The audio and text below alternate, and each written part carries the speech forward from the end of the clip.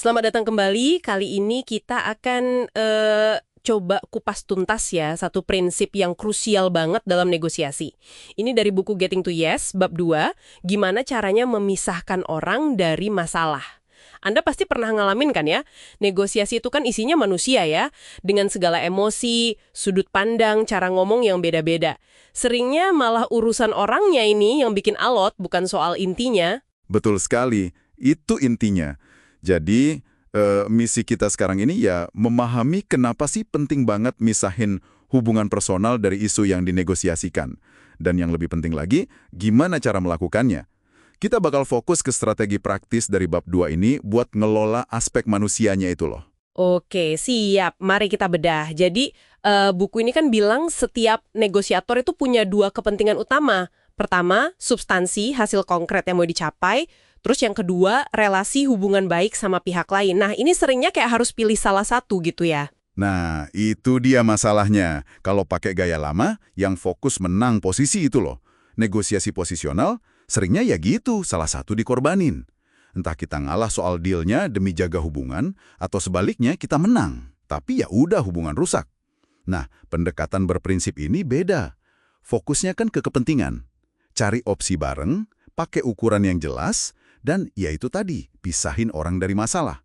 Tujuannya biar dua-duanya dapat. Kuncinya, tegas. Jangan tukar substansi demi nyelesain masalah hubungan. Urusan orang ya diurus langsung, tapi terpisah. Menarik. Oke, buku ini mecah masalah orang jadi 3 nih. Persepsi, emosi, sama komunikasi. Kita mulai dari persepsi dulu ya. Kayaknya ini sumber salah paham paling umum deh. Tepat sekali. Sering banget beda pendapat itu bukan soal faktanya, tapi soal gimana masing-masing lihat fakta itu. Ingat contoh penyewa sama pemilik properti di buku. Ceritanya bisa beda banget soal harga sewa, kondisi rumah, dan lain-lain. Yang penting kita sadari, cara pandang mereka, cerita di kepala mereka itu. Nah, itulah masalah yang sebenarnya perlu kita hadapi, bukan cuma soal siapa benar siapa salah. Oke. Jadi bukan sekedar empati ya, tapi kita akui kalau kebenaran versi mereka itu yang bikin mereka begitu dalam negosiasi. Persis.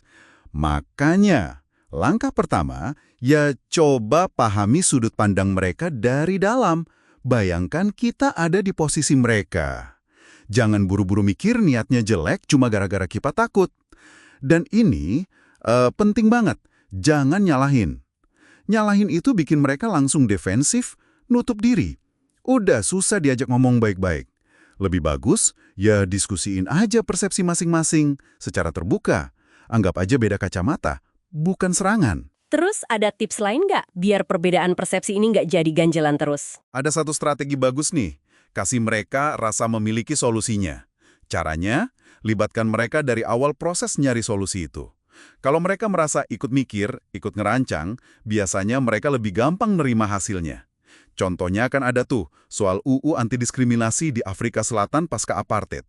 Melibatkan semua pihak itu, wah pasti sulit banget, tapi hasilnya jadi lebih diterima. Karena semua merasa punya andil. Prosesnya itu jadi bagian dari solusinya. Oke, masuk akal banget. Nah, sekarang geser ke emosi. Waduh, ini nih, negosiasi kan sering panas ya, penuh emosi. Gimana misahinnya coba? Emang nggak gampang, tapi harus bisa. Pertama, akui dulu emosinya. Emosi kita, emosi dia, jangan dianggap sepele atau diabaikan. Emosi itu ada dan ngaruh banget. Kedua, jangan kepancing kalau mereka meledak-ledak. Kadang, biarin aja mereka keluarin unek-uneknya dulu. Itu bisa bantu nurunin tensi. Ingat aturan yang dikutip di buku? Satu orang marah pada satu waktu, itu kayak mekanisme biar luapan emosi nggak destruktif. Terus, coba deh sebutin emosinya secara eksplisit. Saya lihat Anda kayaknya kecewa sekali ya soal ini. Dan akui itu wajar. Itu seringkali bisa bikin lebih tenang. Iya, oke. Terakhir, komunikasi. Ini juga sering jadi masalah ya. Merasa nggak didengerin lah, salah tangkep lah. Kuncinya satu, mendengar aktif. Dan ini bukan cuma diem pas orang ngomong ya. Tapi benar-benar usaha memahami apa dan kenapa mereka ngomong gitu, dari sudut pandang mereka. Terus, yang nggak kalah penting, tunjukin kalau Anda udah paham sebelum Anda balas ngomong atau ngasih argumen.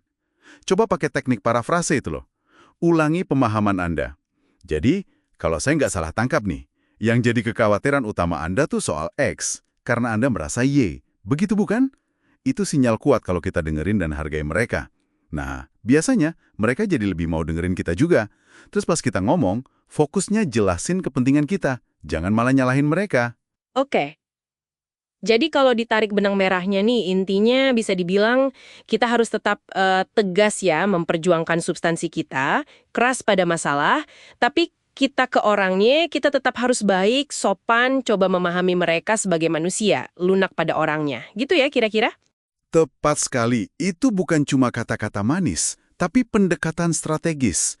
Kita pakai pemahaman psikologis soal persepsi, emosi, komunikasi tadi buat ngadepin masalah orang secara langsung.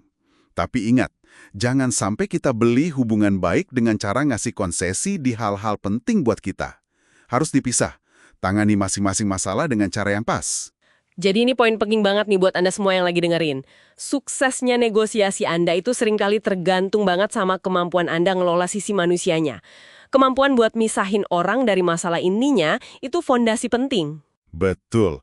Dan dengan secara aktif memahami dan mengatasi dinamika persepsi, emosi, komunikasi secara baik, Anda bukan cuma buka jalan ke deal yang lebih bagus dan awet, tapi juga jaga hubungan yang mungkin penting banget nanti ke depannya. Nah, sebagai penutup nih, coba Anda renungkan deh, kalau nanti Anda negosiasi lagi, kira-kira tantangan spesifik apa sih yang paling mungkin Anda hadapi pas mencoba misahin orang dari masalah?